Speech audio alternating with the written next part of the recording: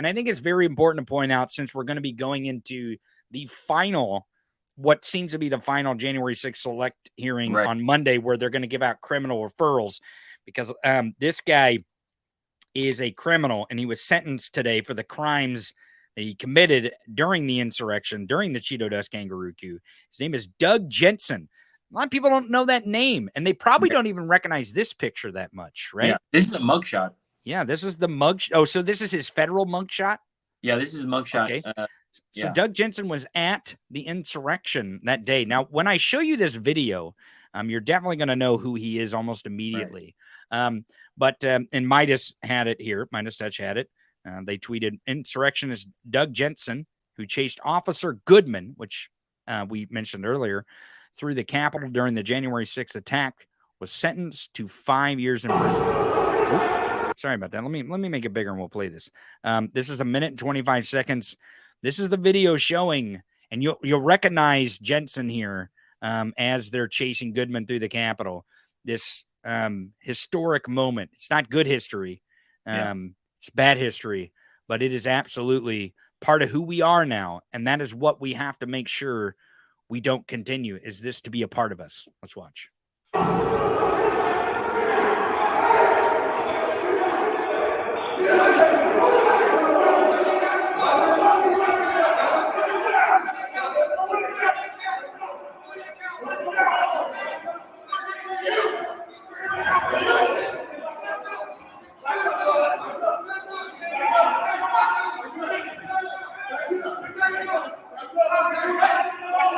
I want to pause it here. You see Officer Goodman going up the steps. This is, again, it's maddening that this video even exists. Yeah.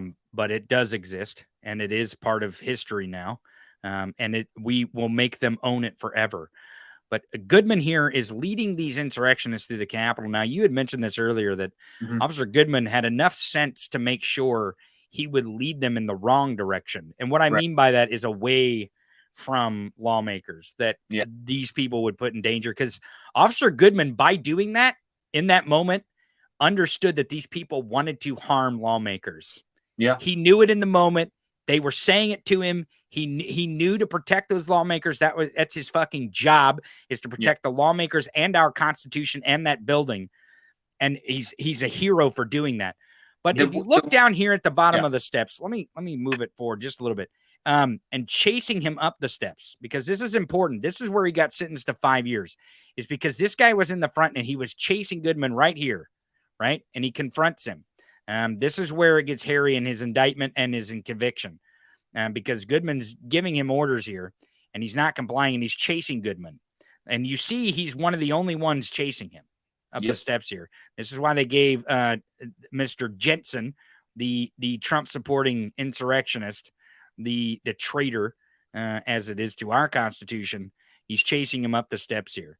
And I want to play this, but did you have something you wanted to say there about what I was going to say was, like, Officer Goodman, the way that I would describe the actions he took on January 6th was very much like a ringmaster, right? Like, he is someone who knows the arena being the Capitol. Yeah, he knew the map. He knew the map. He knew where to go, where to avoid.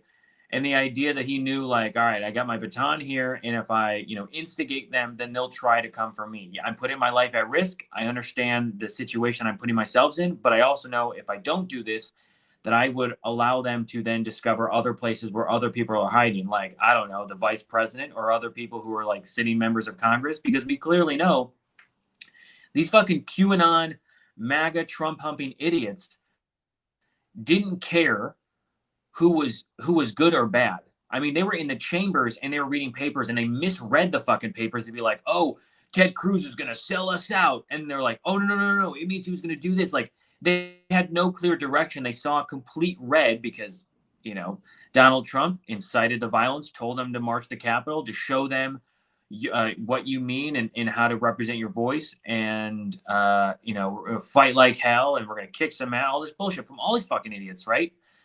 And this is a moment in here where Officer Goodman knew exactly, like, watched how far they had come from outside to come inside. And he's like, fuck, okay, this is my job. I'm like in there with the fucking bull, and I've got to, like, draw the red cape so that I can move them through and direct them different ways. Because if I don't, then other people will be at risk.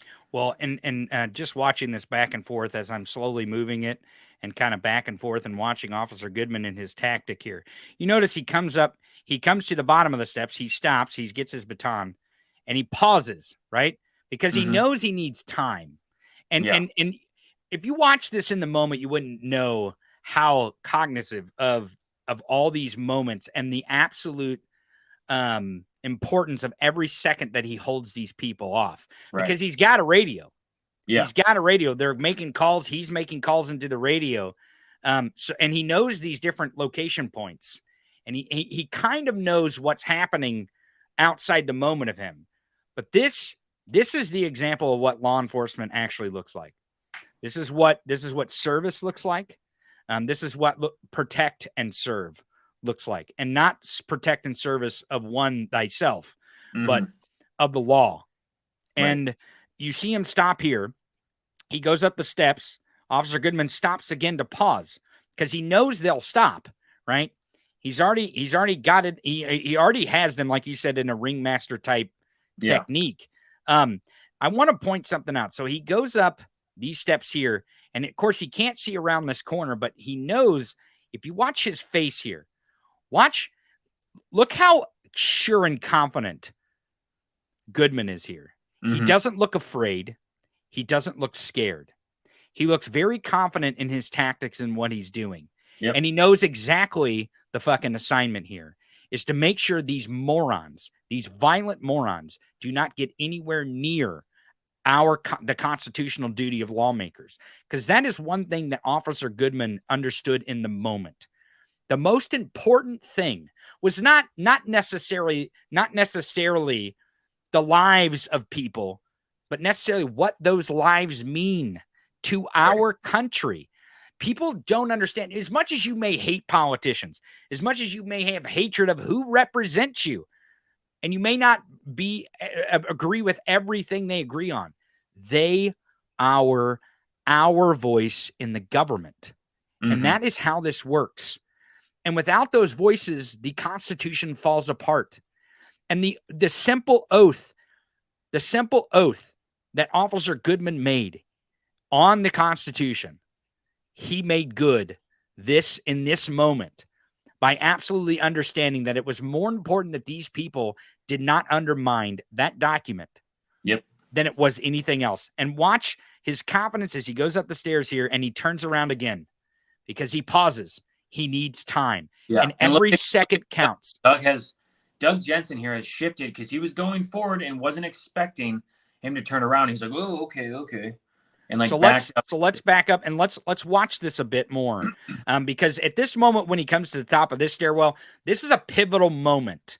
And the reason why it's a pivotal moment is because at the top of these stairs, if these people go one direction, they are going to run into lawmakers. And Goodman knows that this could be very bad for people's lives, and it's going to put people's lives at risk. Not just the lawmakers, but the insurrectionists, because these law enforcement agents are going to have to use deadly force if they have to, like they did with Ashley Babbitt. If these people do not stop the violence and do not stop their push. So let's watch this.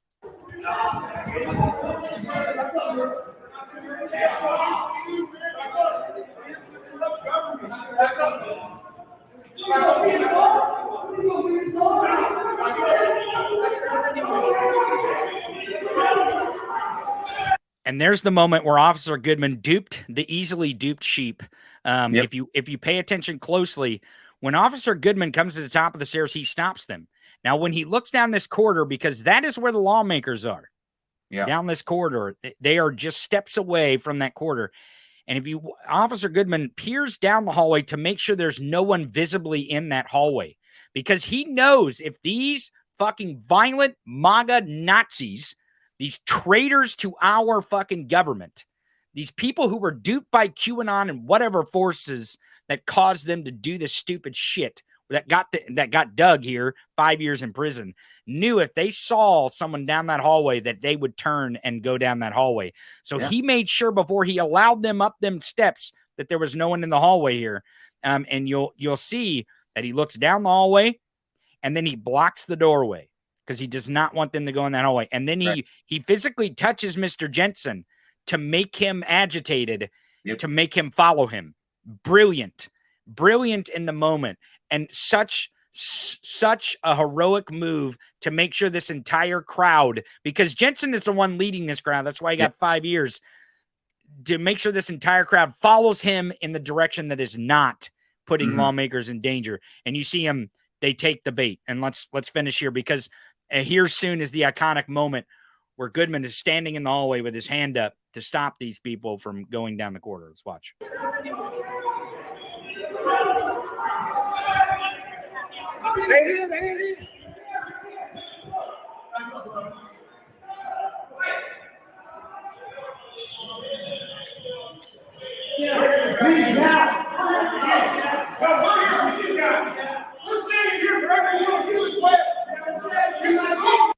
And he finally got reinforcements.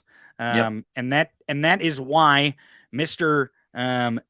Jensen, Doug Jensen, is our dishonorable mention this week. And there's so many more we could put on this list for the same reason Doug Jensen's on this list. But Officer Goodman is a hero. He led those insurrectionists into a corridor and into an atrium where other law enforcement could give them backup, keep them away from lawmakers, and keep our Constitution alive. Yeah. Keep our Constitution and our government and our democracy alive. So thank you, Officer Goodman. And fuck you, Doug Jensen. Fuck you. I think you should have got way more than 5 years, but hey, 5 years in a federal pen because you decided the orange Mussolini Jesus should be your dictator. I guess good luck to you. But also on the last note there, Doug Jensen is a QAnon believer. Like, he's literally wearing a Q shirt, right? And I believe I saw a quote, I think a statement or something, revealing like the motivation of why he did those things, because he wanted QAnon to be the thing that was the driving force. Like, he wanted people to know that it was Q. Which, it's so fucking dumb. It's insane.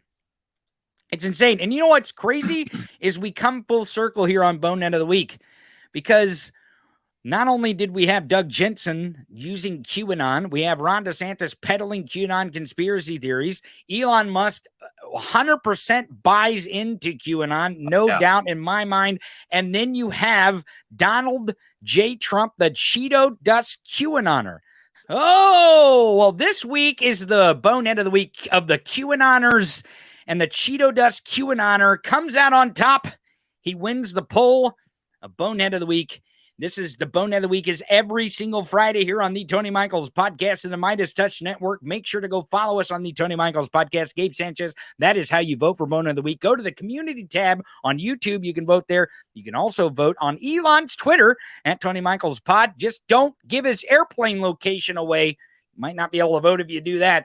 And if you're on the MeidasTouch Network right now watching the clip, subscribe to the MeidasTouch Network and download every single episode of our podcast, the Tony Michaels podcast, but also Bonehead of the Week on Sundays. You can go to Apple, Spotify, Google, your favorite directory. And make sure while you're there subscribing to the Tony Michaels podcast in your favorite directory, you leave us a great review. I also do not want to fail to mention, again, the Ron DeSantis can go fuck himself. Go to store.theTonyMichaels.com. He was a contestant this week on Bonehead, so tell him properly how to go fuck himself. Coffee mugs, t-shirts, sweaters, store.theTonyMichaels.com. Gabe Sanchez, that is the Bonehead of the Week.